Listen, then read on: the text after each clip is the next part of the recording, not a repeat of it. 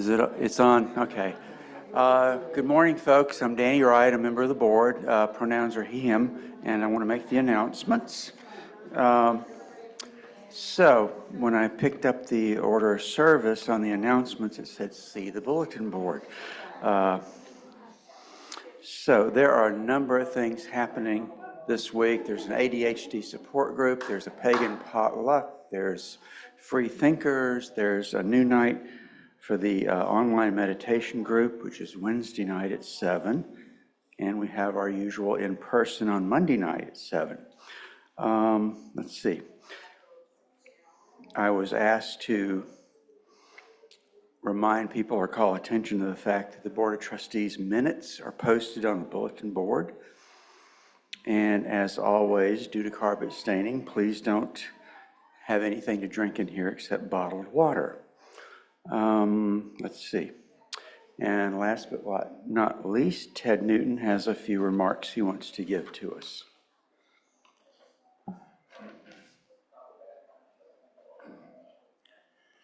Good morning, UUs. How are you this morning?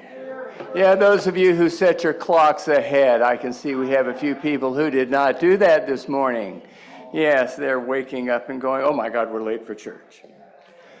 For those who don't know me, I'm Ted Newton. I'm the chairperson of the endowment committee. Oh God, Margaret, he's going to ask us for money.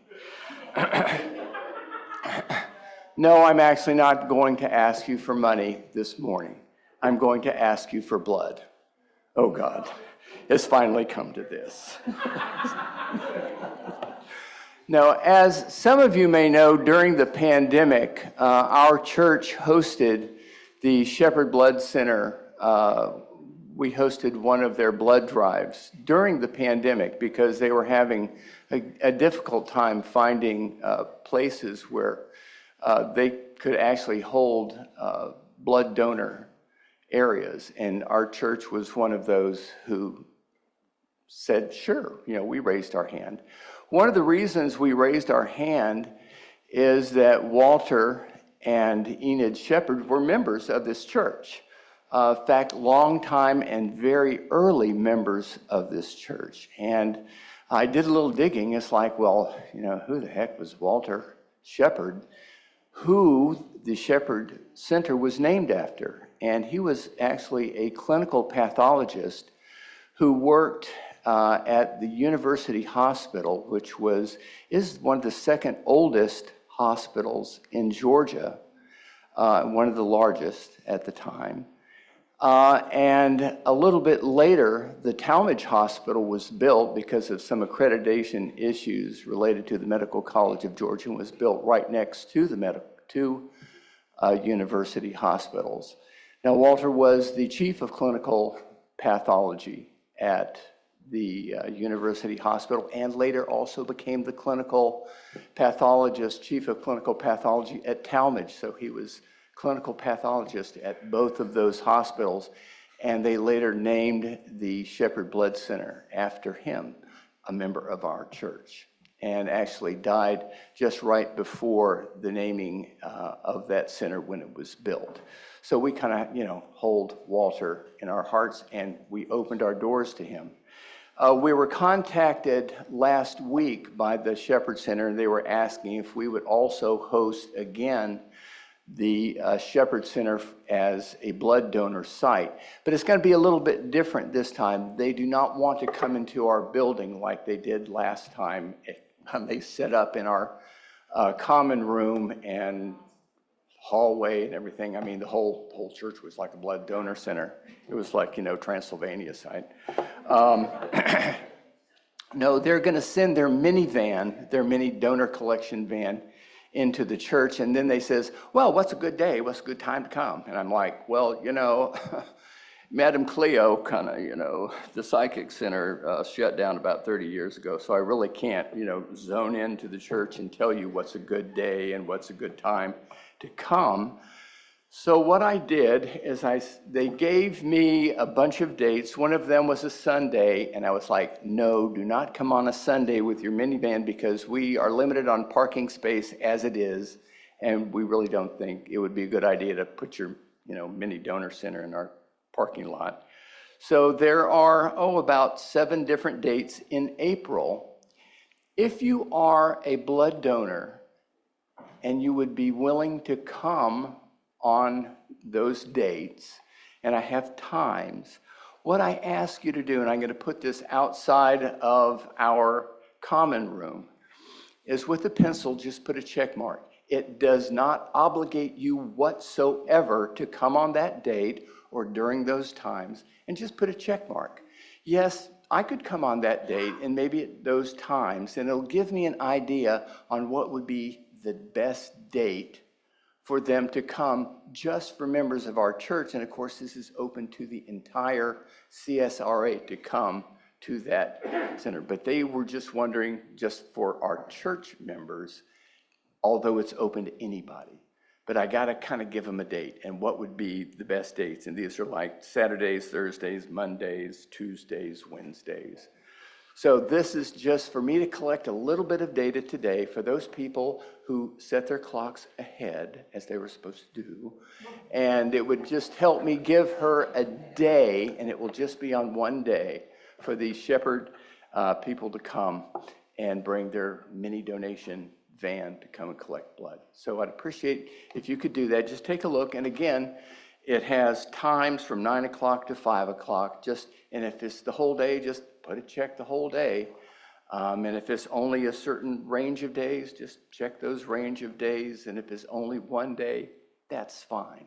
And again, it does not obligate you to come if you put a check mark. It just gives me an idea on a day to select for them to come here.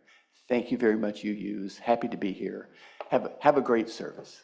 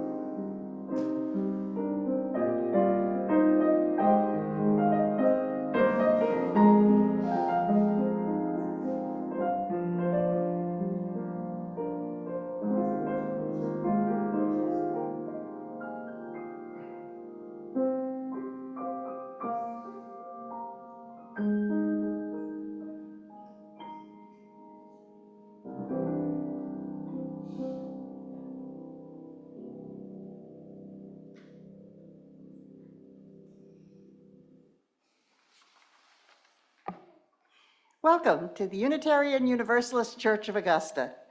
We're gathered here today to create a beloved community, acting together with compassion, reason, and respect, empowering us to promote a just society. My name is Barbara Bowen. My pronouns are she, her, and today I'm co-creating this service with our speaker for today, Chris Garcia, Joe Patchen, our music director, our talented folks on the tech deck, and all of you here in person or on Zoom. We are all creating this moment together. If you are a first-time visitor today, we encourage you to stop by the greeters table following the service to get more acquainted for our church. Our membership coordinator, Fern Smith, would love to chat with you and find out about your interests. The blue card that's in the seat pocket in front of you can be a great guide for that conversation. Chris's message this morning is titled, Here There Are Blueberries, and there will be an after-service discussion for those who are interested. We will ring the bell out by the common room when it's time. And now, whether you are here in person or joining us virtually, we welcome and celebrate all of who you are. Good morning. Glad to see so many of us remembered to set our clocks back, including me. Is that why I got here at 8 o'clock? He's the only guy here. Okay, well, that's me. Our chalice lighting this morning is from the poet Hana Sinis from Yugoslavia in 1944. Blessed is the match that is consumed by kindling a new flame. Blessed will be this flame that now burns in the secret fastness of the heart. Blessed is this heart with strength to give up its beating for honor's sake. Blessed is the match that is consumed in kindling that flame.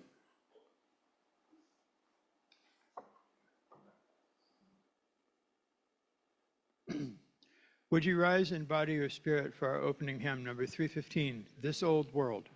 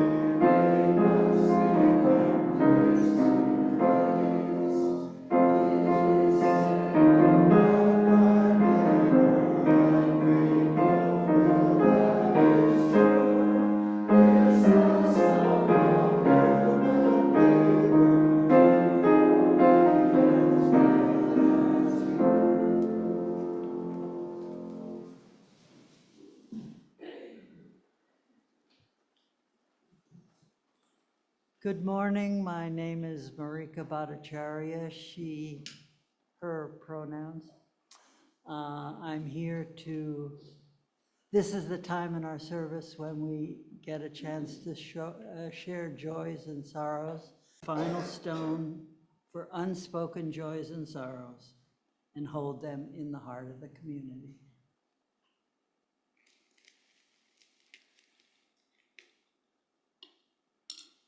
Thank you.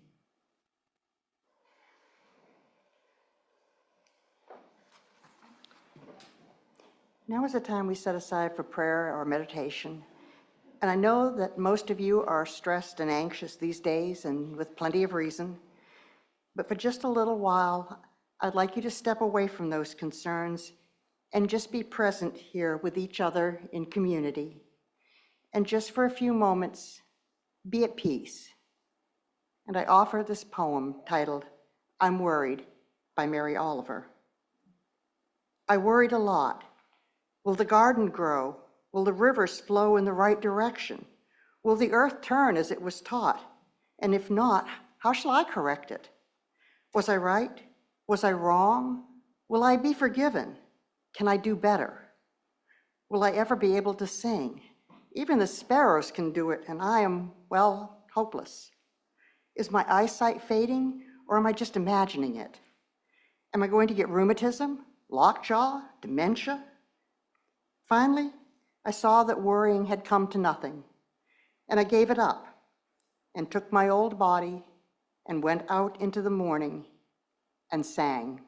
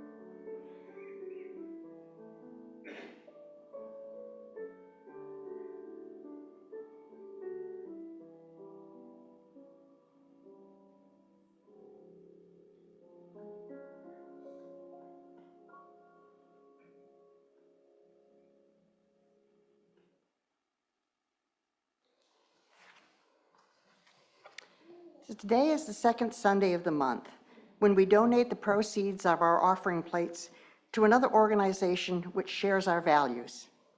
Our offering today will go to the American Civil Liberties Union.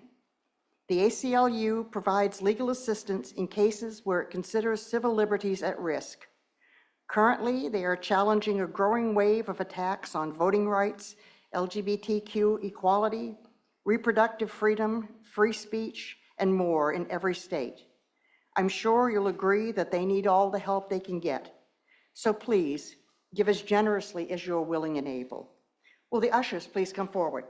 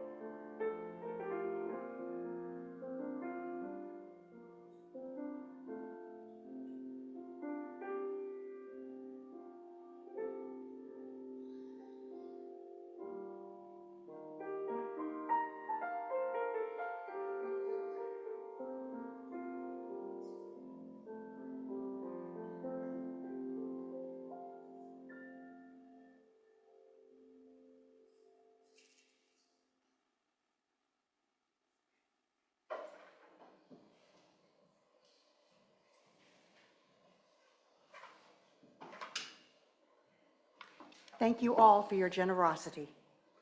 All right. Good morning.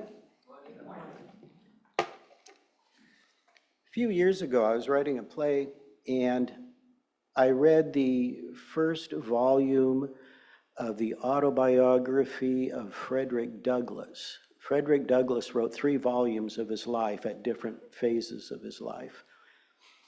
The first volume, which is an American classic, was his story of what it was like to be an enslaved person in the Deep South.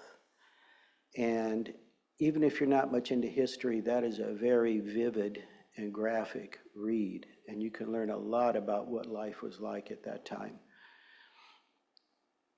One of the things that really baffled him and soured him a little bit on religious people, he said that in the day when he was growing up, he was born into slavery, and he saw his masters, his overseers, bullwhip men and sometimes women almost to death. And then on Saturday night, a couple of the young men, they get a little drunk, and they'd go down to the cabins looking for a little fun on Saturday night. They just being good old boys. What's wrong with that? Right? And on Sunday morning, these good old boys, they go to church just like this. They dress up and go to church. Some of them were considered deacons and ministers and pillars of righteous understanding of the Bible and pure in front of God. And I'll bet they thought they were pure in front of God too. I bet they had every expectation of going to heaven because they had accepted Jesus Christ. And then they go back to their day job. That was amazing to him. It's amazing to me. It was amazing when I read it. How does that work? In 1946, there was an American counterintelligence agent in Poland. In 1946, he found a photo album that somebody had thrown into a trash can, and he picked it up, and it looked like it might be kind of an interesting souvenir. So he took the album home, and nothing came of it. And in 2006, this man died, and his family and estate people, they had to come to his apartment and clear out all his junk and throw it away and give it away. And they found the photo album, and one of the workers there knew that this was unusual and maybe important enough to be in a museum, but they didn't know who to give it to.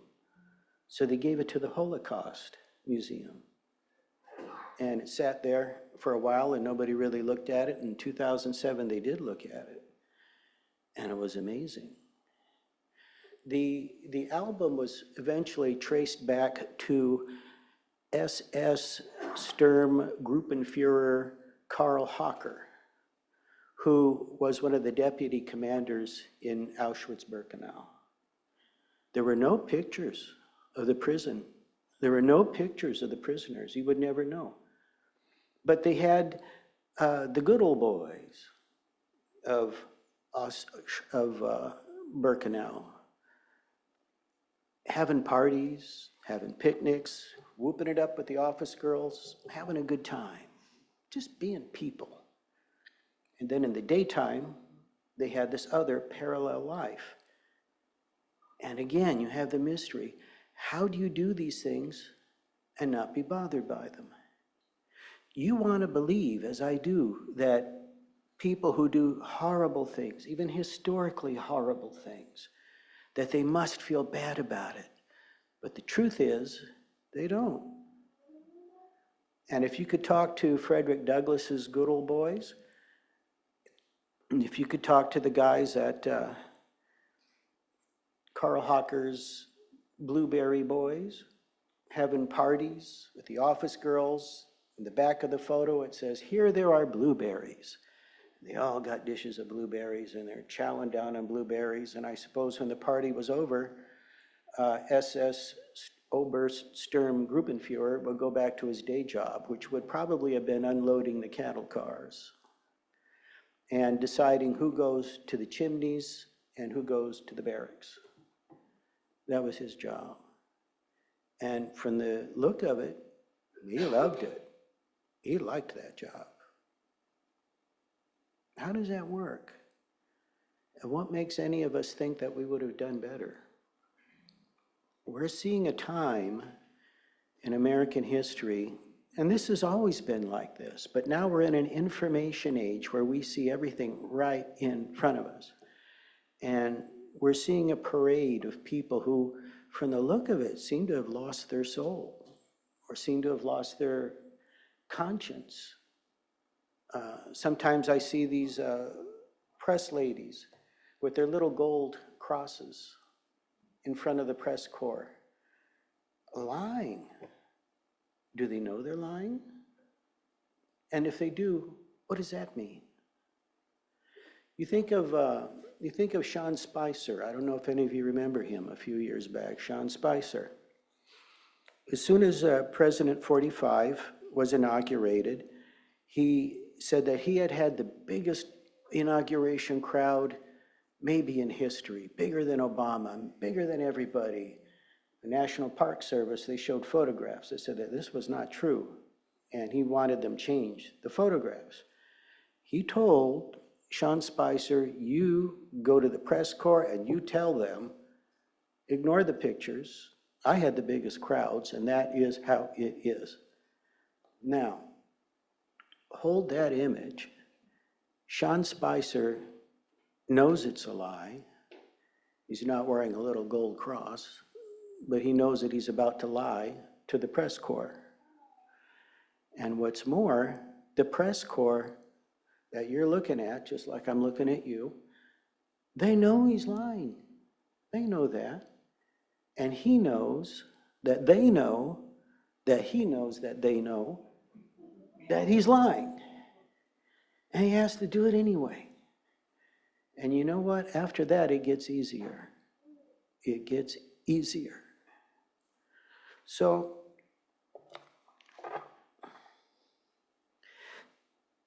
this is a mystery to me of human nature.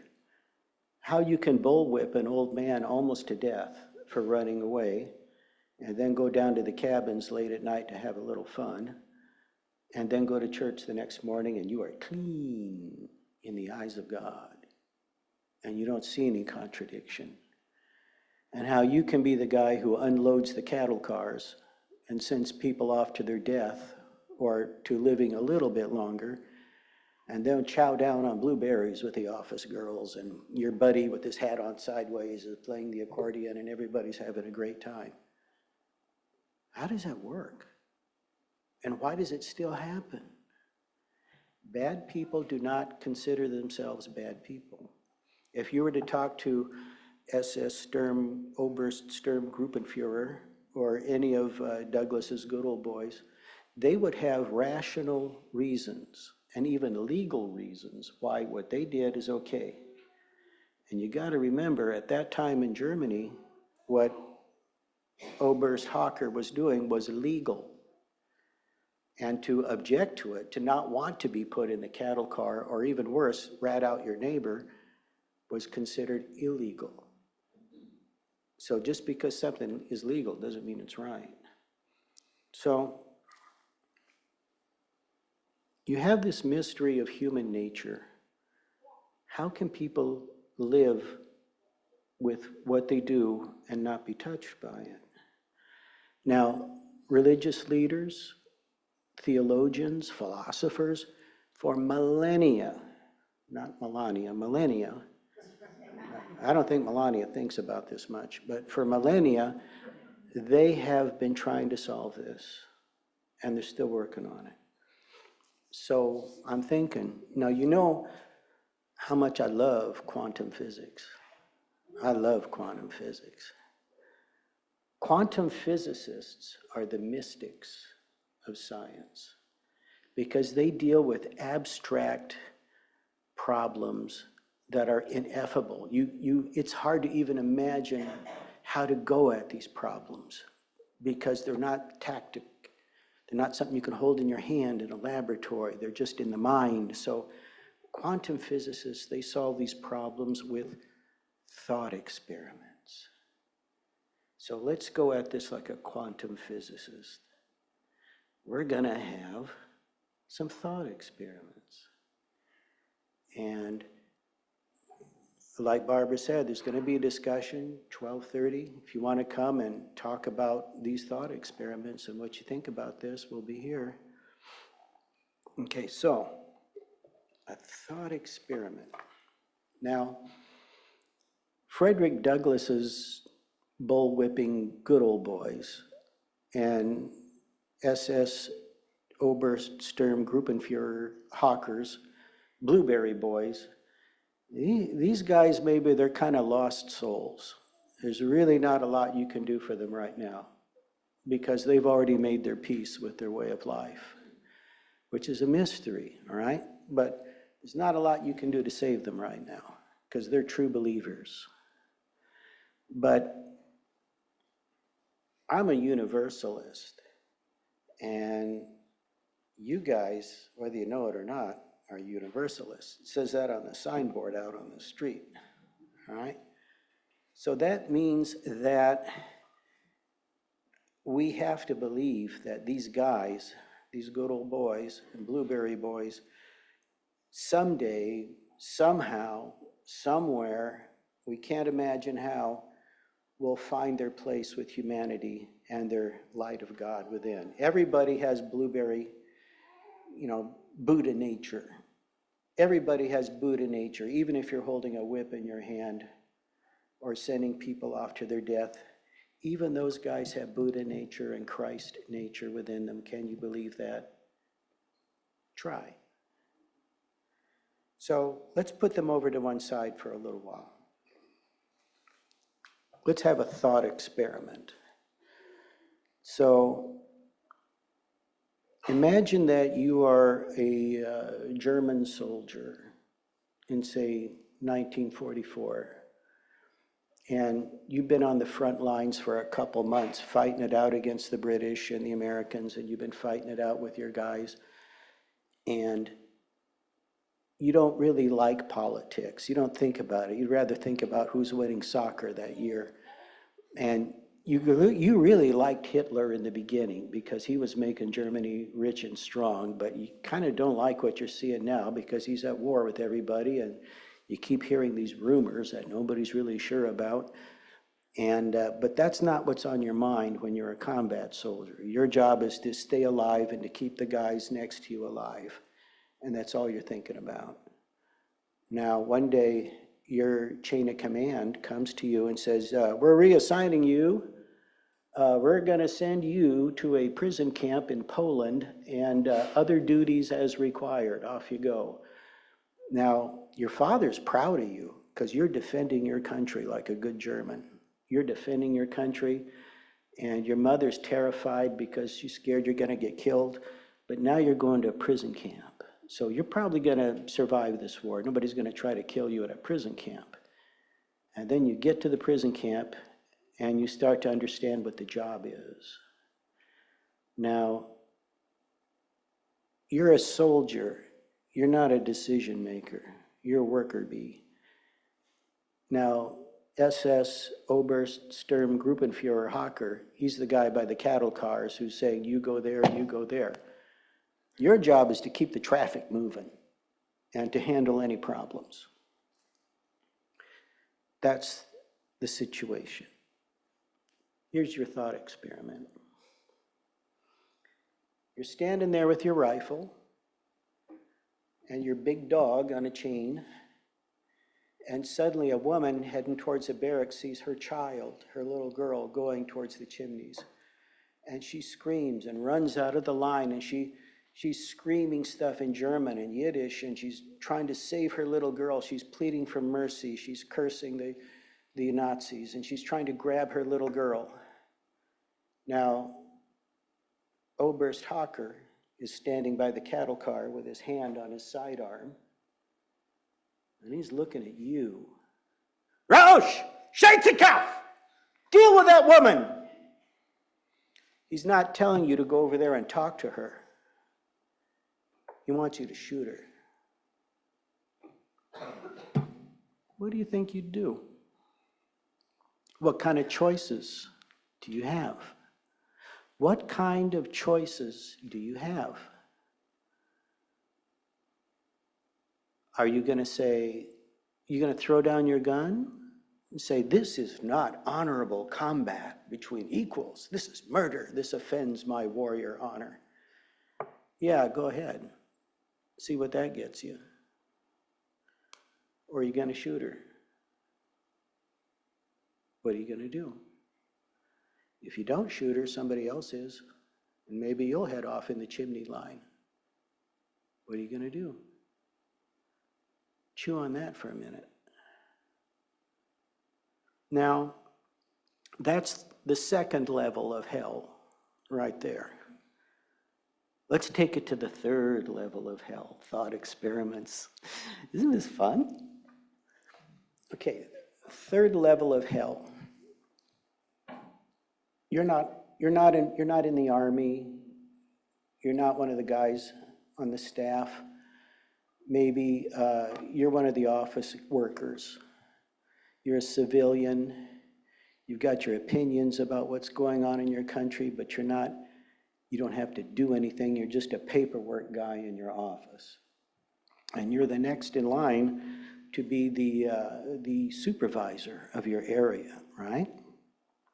But you like your boss. He's a good guy. Mr. Roth, your boss, he's a good guy. And you wish him well. You wish you could have that job. He promised you a promotion, but now your country's at war and it's not going so good, so you may not get your promotion.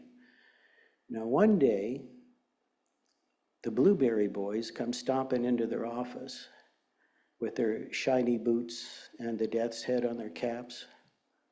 Say one thing for the Nazis, they were good dressers. They looked sharp. They looked intimidating, those big black greatcoats. Man, I want one of those, but that's about the only thing. So they come stomping into the office with their shiny boots and greatcoats and their scary looking hats, and they haul Mr. Roth away because he's a Jew. And now there's an opening and nobody's going to fill it. You were next in line. You didn't want to fill it that way because you really liked Mr. Roth and he was a good guy, but sure, you know.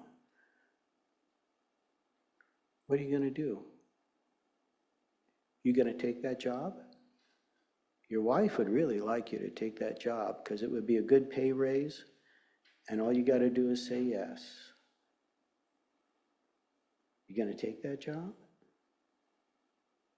What do you think you'd do? Think about that. Okay, that's the third level of hell, but it's not the worst.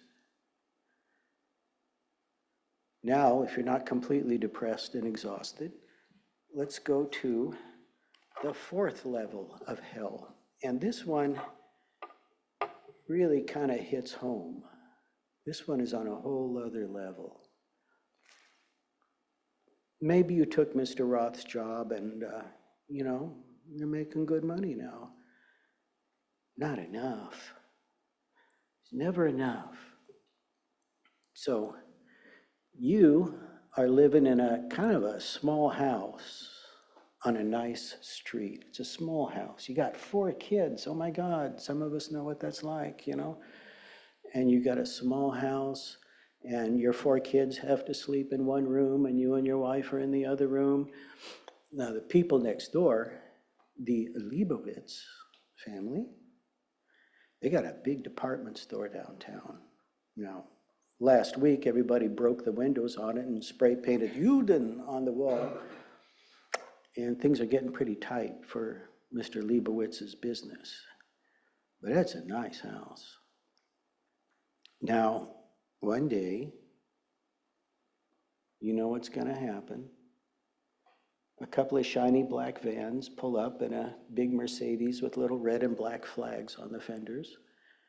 And SS Obersturmgruppenführer Hocker and his boys come stomping up the steps, kick the door down, and you and your wife and your kids are watching this. Mrs. Leibovitz comes out with her hands on her head. She's nice. She invited your wife. You know, they're much richer than you are, but they invited your wife over for coffee and cake. And a couple times you and Mr. Leibovitz sat on the porch and had a beer and talked about the weather and fishing and stuff. And now Ms. Leibovitz comes out with her hands on her head. Here comes Mr. Leibovitz, and here comes the little kids with their hands on their heads. Oh my God. And they all go into the black shiny vans and they go down the street. Now, the other guy with the death's head on his cap and the shiny black boots and the black gray coat, who looks really sharp, he comes stomping up your steps. Comrade, how are you? I've seen you. You supply the food and supplies for where I work, for our camp. How are you, comrade? Did you see the house next door? It's empty now. Your house is so small. Why don't you move in there? I'll give you that house as my personal present for your hard work supporting our country at this difficult time. You deserve it. You can move in right now. Come back tomorrow and I'll bring you the papers and you can sign them right now. That house has some very nice furniture and you can keep that furniture. Not the baby grand piano, comrade. That's mine. Don't be greedy. But you can move in right now. What do you say? Your wife is looking at you. Your children are looking at you. What do you do? What do you say? Maybe this is where you finally draw the line. No, I kind of don't want to. I like it. Why, comrade, what's wrong with you? What a great house. Why would you not want that house? Well, I liked them. They were good people, and you feel sorry for them? Why? They're Jews. They're vermin. You can't feel sorry for them, do you? That's not right. What's wrong with you? What's wrong with you? Why don't you want this house? Is it possible? Are you a Jew? Your family? Your children? Your wife? Are you all Jews? You should have turned them in. You knew they were Jewish and you didn't turn them in. Do you know that it's against the law to not turn them in? Why didn't you turn them in? What's wrong with you? What's wrong with your family? You see? Now you're in the fourth circle of hell because it's not just you anymore. That's the problem. I know that there are people here, because it's this kind of church. There are people here who would throw down their lives proudly for what they believe is right. There are things that you would be willing to die for. But I'll tell you what, if your wife and your children or your husband and your children are threatened, you will tremble. And your ethics and your conscience will also shake and tremble in that moment because it's not you anymore. It's easy to be a martyr when you're single. We're all going to die. But that's a good death, to be a martyr. That's a good death. But you will shake if your family is threatened because of your sense of duty. That's a whole other level of hell. And tyrants know that. And their mobs know that. Anne Applebaum, she writes for The Atlantic. She wrote an article about tyranny, and she's written books about the rise of tyranny and the shakiness of democracy. She was talking to a lady who was a member of the Stasi, the secret police in East Germany. And she asked this lady, how come more people didn't rebel against this Soviet, government? And she said, everybody knew it was a lie. Everybody knew it was wrong, but who's going to stick their head up? She said the mystery of people getting behind a corrupt or even evil government is not that everybody goes along with it. It's that anybody has the courage to stick their head up and become a target. We've seen that happen with Alexei Navalny and other guys. It's what CIA guys call sudden Russian death syndrome. You fall off a bridge, you fall out of a high window moving furniture, the airplane you're on suddenly takes a nosedive. Mysterious things, Sudden Russian death syndrome can happen to anybody who sticks their head up. How do people find the courage to even do that? That's the miracle. So, this is awful stuff, but what's the point? You take Frederick Douglass's Bullwhip Boys and you take SS Obersturmgruppenführer's Blueberry Boys. All these guys started out in life as little kids. Little kids. They don't know anything. It's possible that the good old boys played with little black kids when they were that age, played with black children, and they got along fine. And it's possible the Blueberry Boys, when they were little kids, they played with Jewish kids, and they don't know what Judaism is. They don't see anything wrong. They just see another kid. That's all they see. But when you're a little kid, you think grown-ups know everything. You believe everything that grown-ups tell you. And if the grown-ups start telling you that black people are different, or that Jewish people are different, you believe it.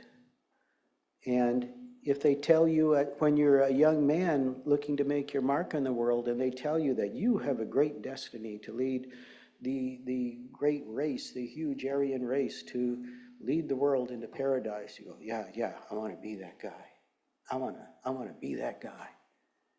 And if they tell you that you're better than they are because you're white and Christian and whatever all, you go, yeah, that's right.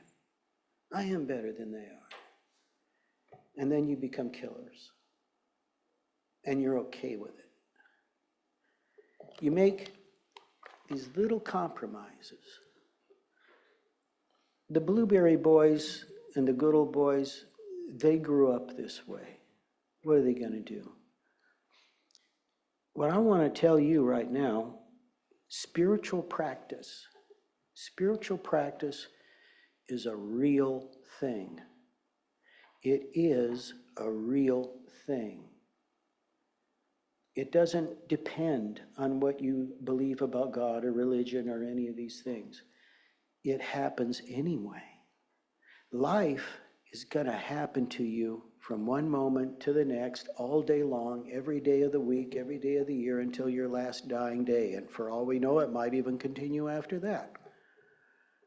Life is going to happen to you. What are you going to do about it? Spiritual practice is how you meet the experiences and the decisions, including the moral decisions that come across your path, whether you want them or not. Spiritual practice is about having a plan in place before you get in so far that you can't come back. In Macbeth, that play by Shakespeare, Macbeth at the end, he's killed and betrayed so many friends. He says, I am in blood stepped so far that should I wade no more, returning where tedious is go over. In other words, at this point, what's the use? It's like too late. Spiritual practice is what you do now.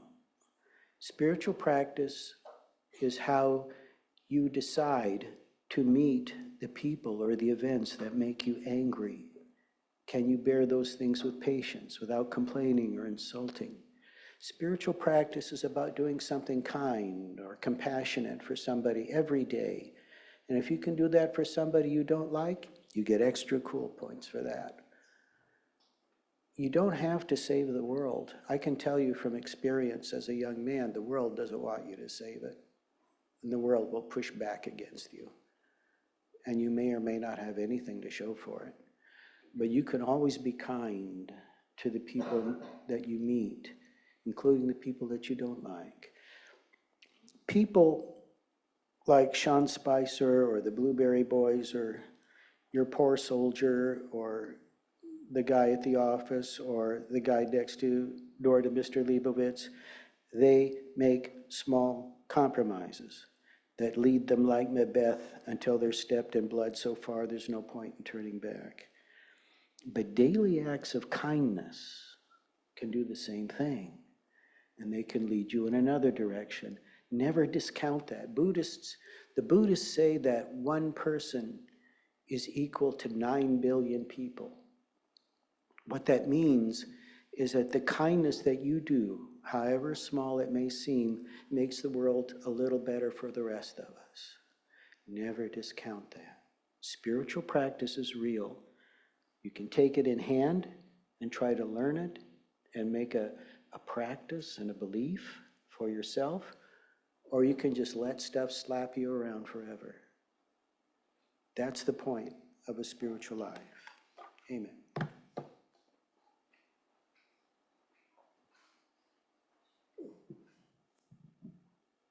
Would you rise in body or spirit for our closing hymn, number 312, Here on the Paths of Every Day?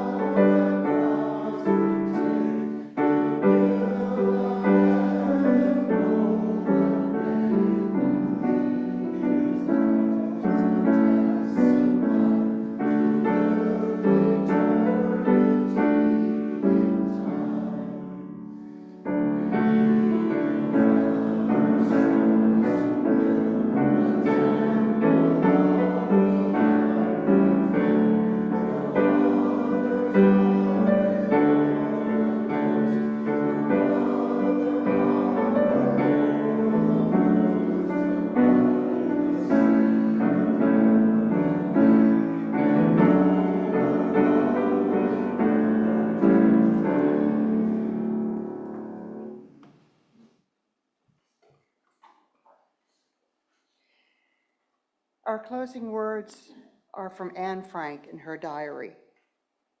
In spite of everything, I still believe that people are really good at heart. I simply can't build up my hopes on a foundation consisting of confusion, misery, and death. I see the world gradually being turned into a wilderness. I hear the ever-approaching thunder, which will destroy us too. I can feel the suffering of millions, and yet, if I look up into the heavens, I think that it will all come right, that this cruelty too will end, and that peace and tranquility will return again. And she was right for a while.